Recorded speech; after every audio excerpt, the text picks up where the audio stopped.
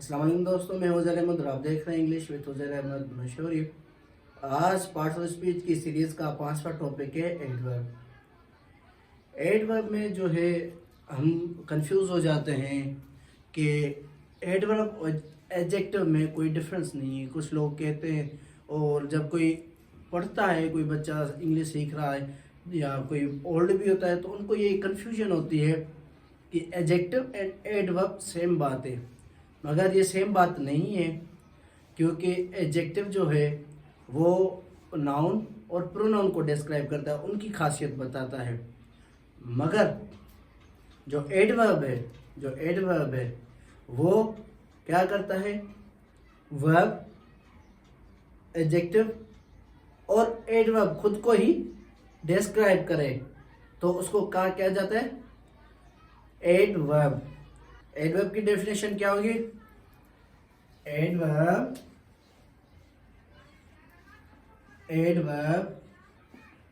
की डेफिनेशन क्या है?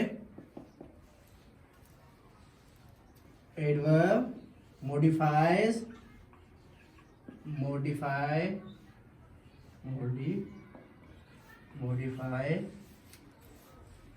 वर्ब। क्या करता है? वर्ब को मॉडिफाई करता है, बयान करता है। एडजेक्टिव को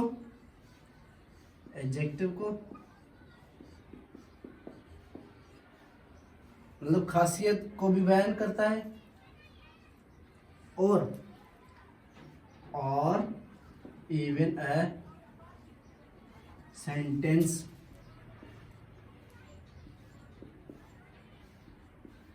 ठीक है। और ये भी है कि ये खुद को क्या, एडवर्ब खुद को ही बयान करता है।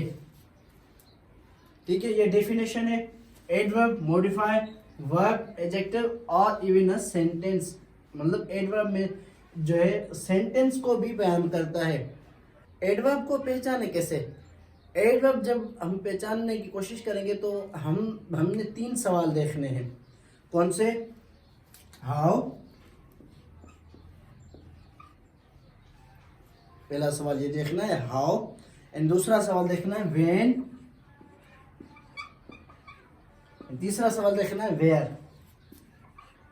अगर ये सवाल क्रिएट हो, ये क्वेश्चंस एक सेंटेंस में क्रिएट हो और उस अल्फाज पे सूट हो, तो वो क्या होगा? एडवर्ब। क्योंकि एडवर्ब टाइम भी बताता है। Often, yesterday, tomorrow, very, quickly.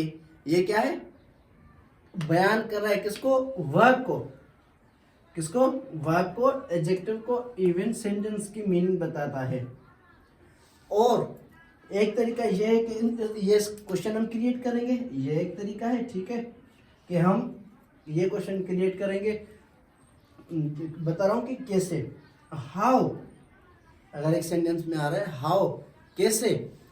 मिसाल के तौर पर ये एक मैं सेंटेंस बनाता हूँ, ठीक है, तो उसमें एक सवाल आएगा कैसे, तो मैं कहूँगा quickly, badly, where, when.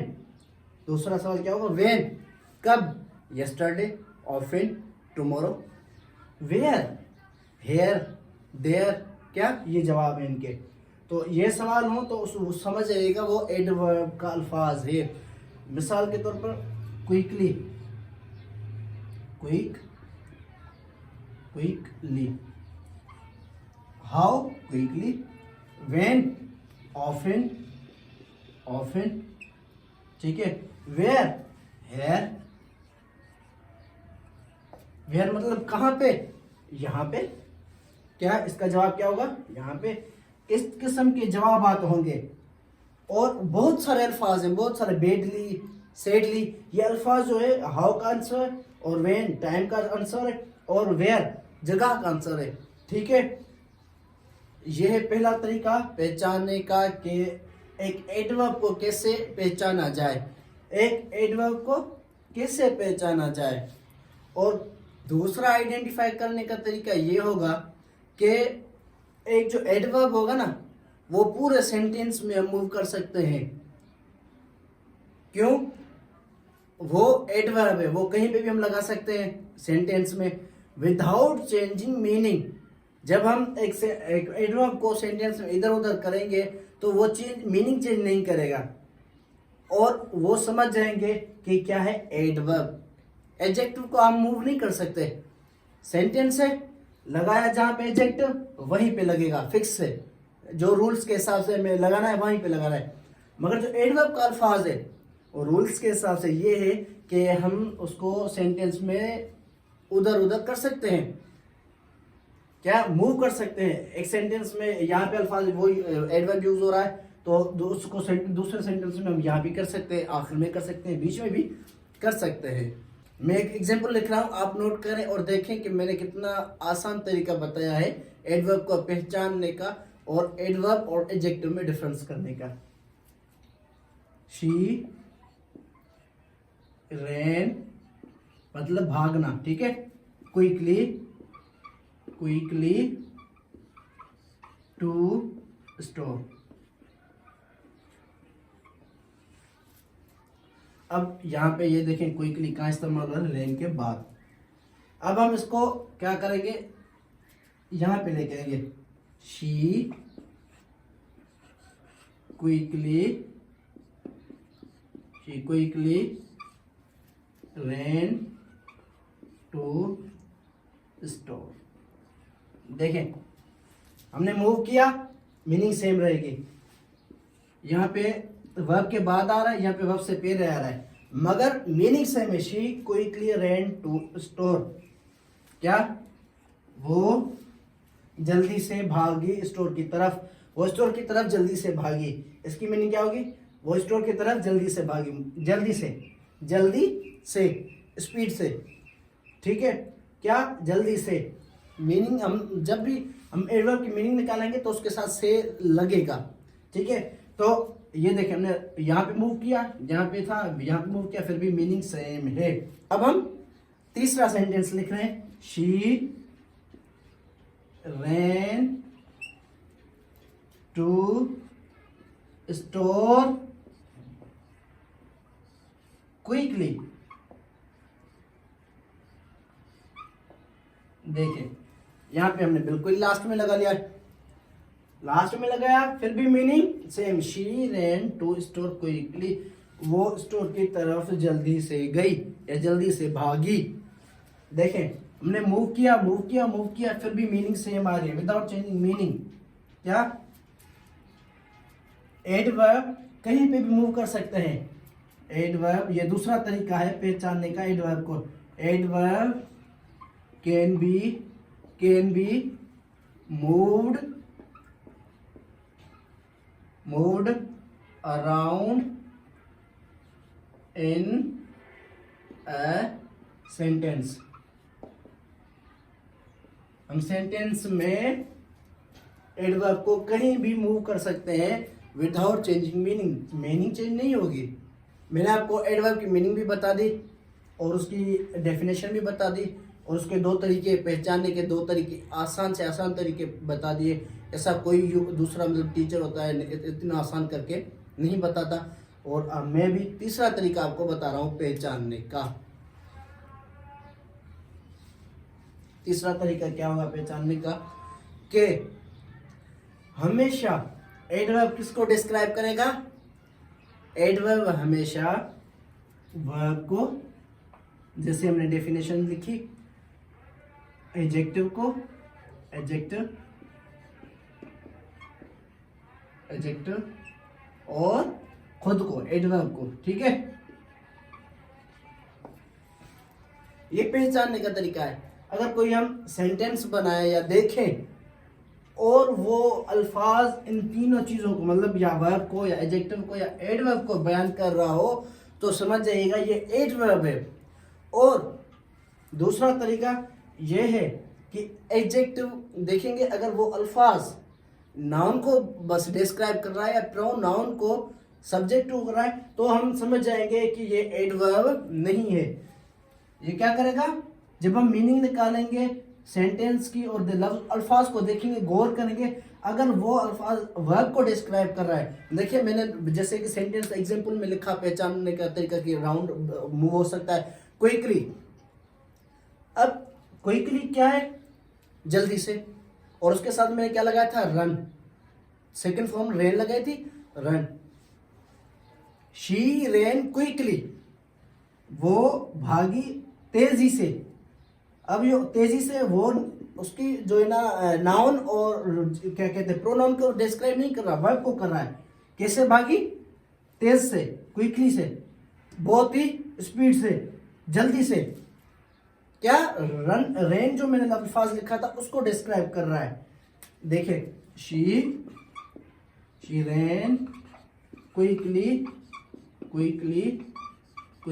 To store, वो स्टोर की तरफ जल्दी से भागी, वो स्टोर की और दौड़ी। देखें, ये किसको बयान कर रहा है? रन को। क्या? वर्ब को डिस्क्राइब कर रहा है। ये क्या है? वर्ब। ये किसको बयान कर रहा है? वर्ब को। कैसे भागी? तेजी से भागी। कौन भागी? मतलब ये नहीं बता रहा कि शी, अगर यहां पे अल्फाज हो जाए ना कि शी रेन गुड, तो वो सेंटेंस हमारा गलत हो जाएगा, क्योंकि वो अल्फा सेंस में नहीं आ रहा, वो रूल के खिलाफ है। तो क्या? गुड नहीं लगेगा, सेंटेंस भी गलत हो जाएगा, और वो होगा एडजेक्टिव। एडजेक्टिव हमेशा किसको बयान करता है? इसको। एडजेक्टिव इसको बयान करता है, डिस्क्राइब, इसको शी को डिस्क्राइब करता है एडजेक्टिव। प्रोनाउन को, नाउन को, प्रोनाउन को कौन ये करता है? मगर क्विकली अब किसको कर रहा है? रन। कैसे भागी? तेजी से। कैसे भागी? तेजी से। इसको डिस्क्राइब कर रहा है, तेजी से भागी। भागी कैसे? तेजी से। और अगर यहाँ पे हम बताएं कि कब भागी, वेन, यहाँ पे she ran yesterday to store, वो कल भागी स्टोर की तरफ, या स्टोर की तरफ गई, भागी तेजी से। कल, कब भागी? कल। हम यस्टरडे लगाएंगे फिर भी क्या होगा? इसको डिस्क्राइब करेगा। और अगर हम कहेंगे ना कब, कहाँ, हम कहाँ कहेंगे? शी रेन हेयर, यहां भागी। रेन क्या कर रहा है? हेयर, यहां को बयान कर रहा है, और हेयर जो है रेन भागने को डिस्क्राइब कर रहा है। तो हम क्या कहेंगे कि ये जो है एडवर्ब है। मैं कुछ एग्जांपल्स लिख रहा हूं, और आप लोग भी कुछ एग्जांपल्स, कुछ एडवर्ब्स जो है कमेंट बॉक्स में लिख के सेंड कीजिएगा। मैं यहाँ पे कुछ एग्जांपल्स लिख रहा हूं। Quickly,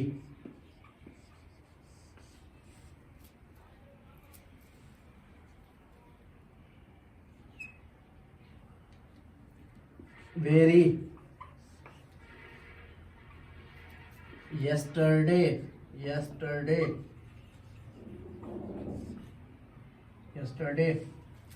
often, here, there।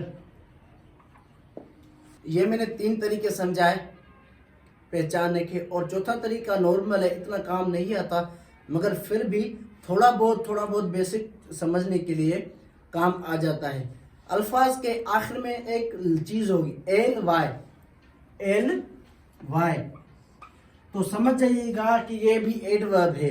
ये इतना खास नहीं है, मगर थोड़ा बहुत काम आ जाता है अल्फाज पहचानने में। तो ये भी है कि जब भी अल्फाज में आखिर में एल वाई हो ना, एल वाई, देखिए जैसे कि क्विकली मैंने एग्जांपल दिया ना, क्विक अल्फाज है और एल वाई लग गया तो वो क्या बन गया?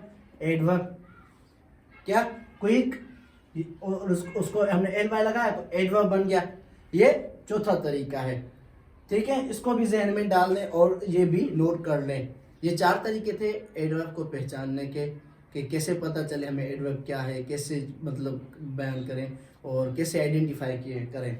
ये 4 तरीके इजी तरीके हैं, और मैं कुछ एग्जांपल्स लिख रहा हूँ, आप नोट कर लें। और आप भी कुछ कमेंट सेक्शन में एडवर्ब्स लिख के भेजिएगा, मैं देखूं कि आपको एडवर्ब कितना समझ आया है।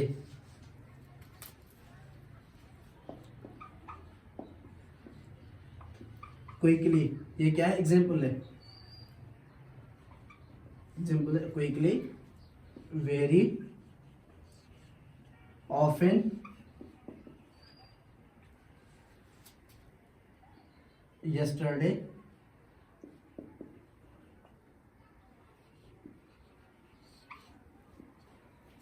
sadly, देखिए यहाँ पे भी एल वाई आ गया और अल्फाज हमारा बन गया, सैडली एल वाई लग गया, और हेयर,